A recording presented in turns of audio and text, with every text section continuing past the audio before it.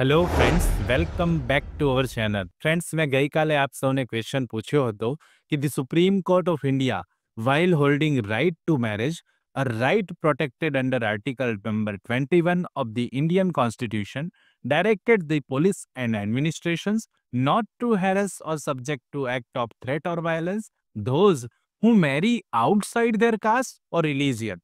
It was held in which of the following case? कि ભારતની સર્વોચ્ચ અદાલતે લગ્નનો અધિકાર બાબતે બંધારણના અનુચ્છેદ 21 હેઠળ એક સંરક્ષિત અધિકાર તરીકે પોલીસ અને પ્રશાસનને એવો આદેશ આપ્યો હતો કે જે લોકો પોતાની જાતિ અથવા ધર્મને છોડીને અન્ય જગ્યાએ અન્ય જાતિ કે ધર્મમાં લગ્ન કરે છે એમને પ્રશાસન કે પોલીસ હેરાન ન કરે, એમને કોઈ પ્રકારે ધમકી ન આપે, એમને કોઈ પ્રકારે હિંસાનું કૃત્ય ન કરે. તે નીચેનામાંથી કયા કેસમાં આવું સુપ્રીમ કોર્ટે રાઈટ વિશે વાત કરી હતી? ઓપ્શન આપી દઉં.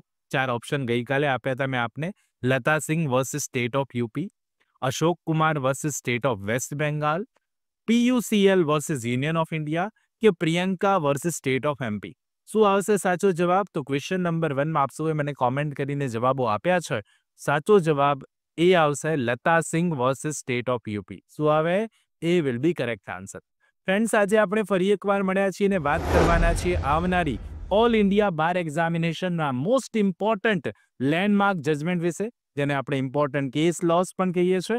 એના પાર્ટ નંબર 3માં આજે બીજા બહુ જ અગત્યના MCQs સ્વરૂપે જે લેન્ડમાર્ક જજમેન્ટ પૂછાય છે તેની આપણે ચર્ચા કરવાના છે. તો જે પણ કોઈ સ્ટુડન્ટ ચેનલ પર નવા છે, પ્લીઝ ચેનલને સબસ્ક્રાઇબ કરી લો, બેલ નોટિફિકેશન આઇકોનને ઓન કરી લેજો, જેથી આવનારા બહુ જ અગત્યના વિડીયોઝના નોટિફિકેશન આપ સૌને સૌથી પહેલા મળી જાય. બહુ જ અગત્યનો આ વિડીયો છે. વિડીયોને એન્ડ સુધી જરૂરથી જોજો. શરૂ કરીશું આજનો વિડીયો.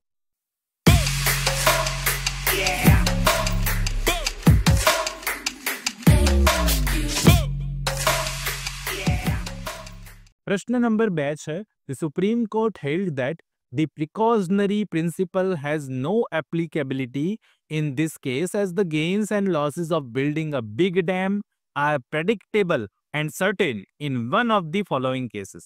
સર્વોચ્ચ અદાલતે જણાવ્યું હતું કે સાવચેતીના સિદ્ધાંત આ કેસને લાગુ પડતા નથી, કારણ કે મોટા ડેમ બાંધવાના ફાયદા અને નુકસાન અનુમાનિત અને નિશ્ચિત છે. એ નીચેનામાંથી કયા કેસમાં સુપ્રીમ કોર્ટે આવું હેલ્ડ કર્યું છે? 4 ઓપ્શન આપી દઉં. MC મહેતા વિરુદ્ધ યુનિયન ઓફ ઇન્ડિયા, નર્મદા બચાવ આંદોલન વિરુદ્ધ Union of India, state of MP વિરુદ્ધ કૃષ્ણદાસ તુકારામ કે પછી S Jagannath versus Bharat union of India. શું આવે સાચો જવાબ? તો જ્યારે આપણે બિલ્ડિંગ અ બિગ ડેમ શબ્દ વપરાયો છે, એટલે મોટા ડેમ બાંધવાની વાત કરવામાં આવી છે, એના ફાયદા એના નુકસાનની વાત કરવામાં આવી છે, તો એ પર્ટિક્યુલરલી આપણે એવું તો સમજી શકીએ કે આ પર્ટિક્યુલર વાત છે અને જે નદી વિશે વાત છે, ને નદીવાળો ઓપ્શન જે છે આપણને હાલમાં બી દેખાઈ રહ્યો છે. નર્મદા એક નદી છે અને નર્મદા બચાવ આંદોલન આ બહુ અગત્યનો કેસ છે. સુપ્રીમ કોર્ટે અહીંયા બી જવાબ જે છે સાચો આવી જશે. નર્મદા બચાવ આંદોલન વિરુદ્ધ યુનિયન ઓફ ઇન્ડિયાના કેસમાં પર્ટિક્યુલરલી આવું ઠરાવ્યું હતું કે સાવચેતીના સિદ્ધાંતની કોન્સેપ્ટ અહીંયા લાગુ નથી પડતો, કારણ કે મોટા ડેમ બનાવવાના ફાયદા પણ હોય અને નુકસાન પણ હોય, એ પણ અનુમાનિત હોઈ શકે અથવા તો નિશ્ચિત પણ હોઈ શકે. તો 2 માં સાચો જવાબ બી આવશે, નર્મદા બચાવ આંદોલન વિરુદ્ધ યુનિયન ઓફ ઇન્ડિયા. પ્રશ્ન નંબર 3 જોઈએ. The Supreme Court constituted Bhurelal Committee to examine and report the low sulfur diesel as a clean fuel to be used by vehicles in one of the following case. બહુ અગત્યનો પ્રશ્ન છે, બહુ જ important. નીચેના કેસમાં વાહનો દ્વારા ઉપયોગમાં લેવાતા સ્વચ્છ ઈંધણ તરીકે ઓછા સલ્ફર ડીઝલની તપાસ કરવા અને રિપોર્ટ કરવા માટે સુપ્રીમ કોર્ટે ભુરેલાલ સમિતિની રચના કરી હતી. કયા કેસમાં? બહુ અગત્યની વાત છે. કયા કેસમાં ભુરેલાલ કમિટીની રચના કરવામાં આવી હતી? Option A, Research Foundation for Science Technology and Natural Resources Policy versus Union of India, MC Mehta વિરુદ્ધ Union of India, MK Sharma વિરુદ્ધ BEL, MC મહેતા વિરુદ્ધ Union of India and others. હવે બહુ અગત્યની વાત છે, બહુ ઇમ્પોર્ટન્ટ વાત છે. પ્રશ્ન નંબર 3 જે છે ઓછા સલ્ફર ડીઝલની વાત કરવામાં આવી છે એવા વાહનોની વાત છે, અને પ્રશ્ન નંબર 3માં સાચો જવાબ ડી આવે, MC Mehta versus Union of India and others. તો આ સાચો જવાબ ડી છે અહીંયાથી. MC Mehta versus Union of India જ નહીં, પણ એ સિવાય અધર્સ પણ કોન્સેપ્ટમાં છે ને, એટલે અહીંયા જવાબ ડી બનશે. એક નાનો એવો કોન્સેપ્ટ અહીંયાથી હું તમને સમજાવવા માંગુ છું કે જેટલા પણ પર્યાવરણને બચાવવા સંદર્ભે કેસીસ હશે, જે લેન્ડમાર્ક જજમેન્ટ છે, એ બધો જ concept MC Mehta versus Union of ઇન્ડિયાના કેસમાં છે.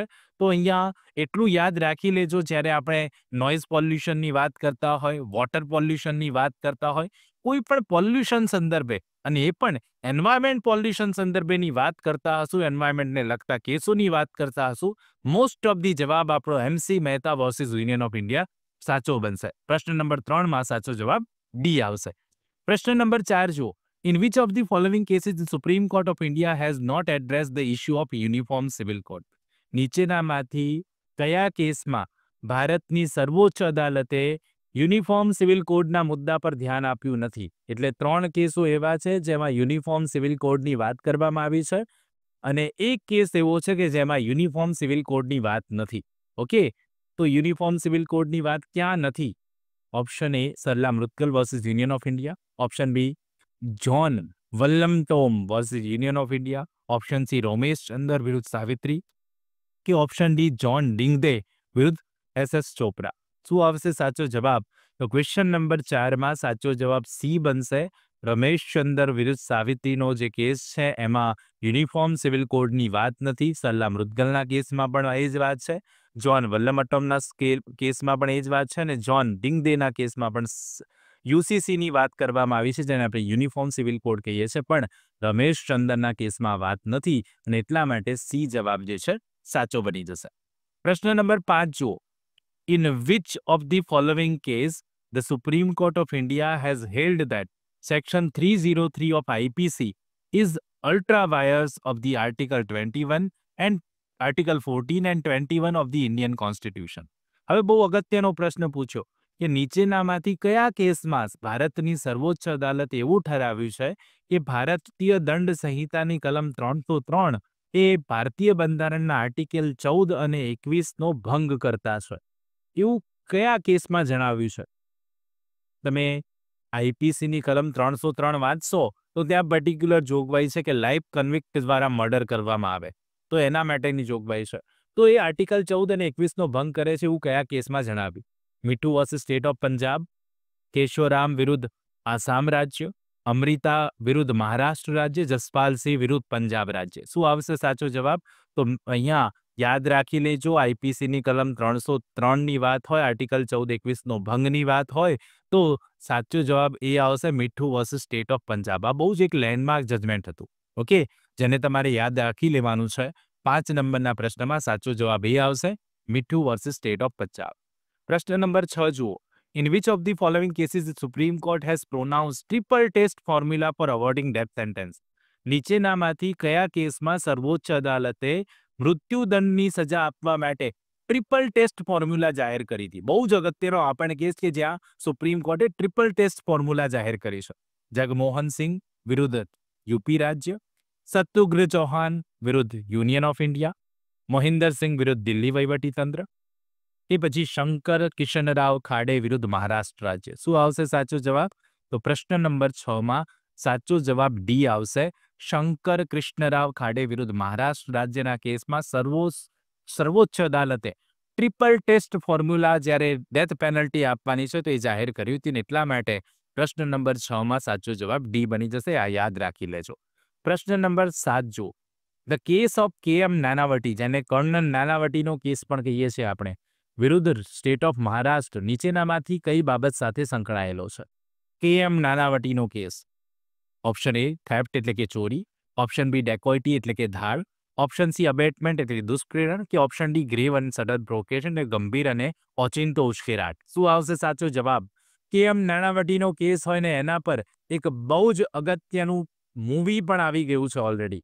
જે લોકોએ આ કેસથી વાકેફ છે એમને રિક્વેસ્ટ કરું છું કે મૂવીનું નામ જરૂરથી કોમેન્ટમાં આપે લખવાનું છે. જો આપને યાદ છે એ મૂવીનું નામ, તો જરૂરથી KM નાનાવટી પરના કેસ પર જે મૂવી બની છે એનું નામ કોમેન્ટમાં જરૂરથી જણાવજો.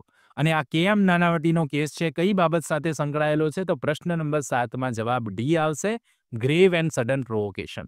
ઓચિંતો અચાનક ઉશ્કેરાટ ગંભીર આવી જાય તે બાબત પરનો આ કેસ છે કે આમ નાણાવટીનો કેસ, અને મેં જે તમને પૂછ્યું છે એ કોમેન્ટમાં જરૂરથી જણાવજો. સનદ માટેની પરીક્ષા એટલે ઓલ ઇન્ડિયા બાર એક્ઝામિનેશન માટે પુનહલ લો હાઉસ દ્વારા બેરેક્સનો નવો સેટ બહાર પાડવામાં આવેલ છે.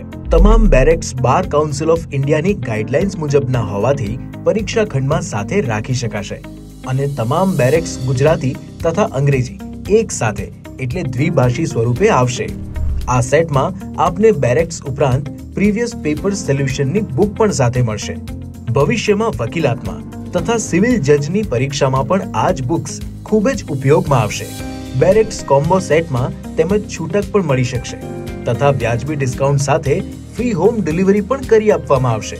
વધુ માહિતી કે ઓર્ડર કરવા માટે સંપર્ક કરો પુનહલ લો house 9825986757 www.punhalllawhouse.com.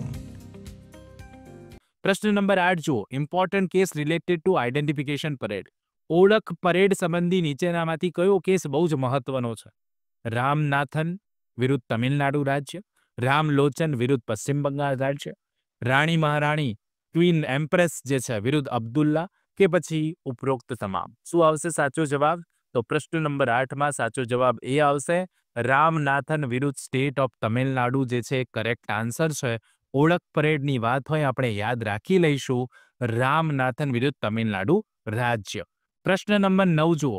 The case of Kashmira Singh વિરુદ્ધ સ્ટેટ ઓફ મધ્યપ્રદેશ. આ બહુ જ એક લેન્ડમાર્ક જજમેન્ટ છે અને એને લખીને પણ તમે યાદ જરૂરથી રાખી લેજો કે કાશ્મીરા સિંહ વિરુદ્ધ મધ્યપ્રદેશ રાજ્યનો કેસ નીચેનામાંથી કોની સાથે સંબંધિત છે?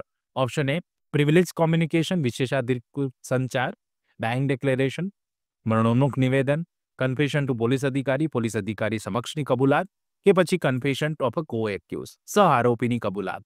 તો કાશ્મીરા સિંઘ વિરુદ્ધ સ્ટેટ ઓફ મધ્યપ્રદેશની વાત હોય પ્રશ્ન નંબર 9માં સાચો જવાબ ડી બનશે કન્ફેશન ઓફ અ કો એક્યુઝ. ઓકે, સહ આરોપીની કબૂલાત Kashmira Singh versus State of MP. યાદ રાખી જ લેજો, બહુ અગત્યનો કેસ છે. પ્રશ્ન નંબર 10 અને આજનો લાસ્ટ ક્વેશ્ચન, જેનો આન્સર આપ સૌએ મને હંમેશાની જેમ નીચે કોમેન્ટ બોક્સમાં જરૂરથી જણાવવાનો છે ને હું આપને એનો આન્સર સાચો છે કે ખોટો આપની કોમેન્ટમાં રિપ્લાય આપીને જરૂરથી જણાવીશ. તો પ્લીઝ દરેકને રિક્વેસ્ટ કરું છું આજનો આપણો અને આ આખી એઆઈબી માટેની એમસીક્યુ માટેની આજનો આ લાસ્ટ વિડીયો છે ને એટલા માટે આપ દરેકને રિક્વેસ્ટ છે કે જરૂરથી કોમેન્ટ કરવાની છે આ પ્રશ્ન નંબર 10નો જવાબ. આવતીકાલે સવારે 8:30 વાગે એક લાઈવ સેશન મેં રાખ્યું છે. દરેકને વિનંતી કરું છું કે લાઈવ સેશન આપ સૌએ જરૂરથી એટેન્ડ કરવાનું છે, જેમાં આપણે ઇમ્પોર્ટન્ટ ટિપ્સની વાત કરીશું. સાથે સાથે બહુ જ અગત્યના મોટિવેશનલ મંત્રો હું આપવાનો છું આપને કે કઈ રીતે તમે પોઝિટિવ એનર્જી સાથે આ એક્ઝામને પાસ આઉટ કરી શકો છો. બહુ જ અગત્યનો એ પણ લાઈવ સેશન છે, ચૂકતા નહીં, દરેક માટે ફ્રી છે. સવારે 8:30 વાગે આપે એ લાઈવ સેશનમાં જોડાઈ જવાનું છે. પ્રશ્ન નંબર 10 પર આવીએ. પ્રશ્ન નંબર 10 છે, supreme court in which case observe that even if the crime is committed in one state, it can be tried in another state if the detrimental effect is in that state. The principle of crime is local. આ એક સિદ્ધાંત હતો. Crime જે છે local છે, ગુનો સ્થાનિક છે, તે અહીંયા નીચેનામાંથી કયા કેસમાં લાગુ નથી પડતો?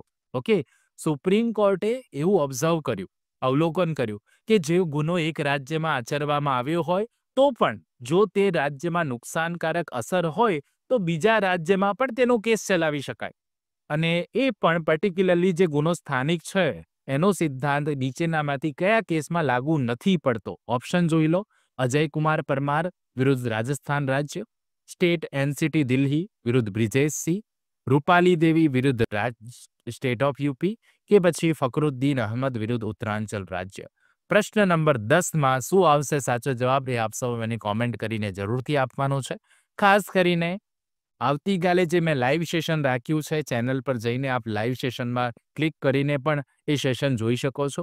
આજનો આ વિડીયો આપ સૌને સારું લાગ્યો હોય તો પ્લીઝ લાઈક જરૂરથી કરી દેજો. ચેનલ પર નવા હો તો ચેનલને સબસ્ક્રાઇબ કરી લો. બેલ નોટિફિકેશન આઇકોનને ઓન કરી લેજો જેથી આવનારા બહુ જ અગત્યના વિડીયોઝના નોટિફિકેશન આપ સૌને મળતા રહે અને બહુ જ અગત્યનો આપના મિત્રોને પણ આ વિડીયો જરૂરથી શેર કરી દેજો. આવતીકાલે સવારે 8:30 વાગે એટલે કે 21મી તારીખે 21/12/2024ના રોજ સવારે 8:30 કલાકે લાઈવ સેશન રાખેલું છે, જે દરેક માટે ફ્રી છે. દરેકે લાઈવ સેશનમાં જોડાઈ જવાનું છે. ઓકે, તો મળીએ આપણે લાઈવ સેશનમાં. ત્યાં સુધી જોતા રહો અમારી ચેનલ રિયલ એજ્યુકેશન ગેજેટ. ખૂબ ખૂબ ધન્યવાદ. ખૂબ ખૂબ આભાર.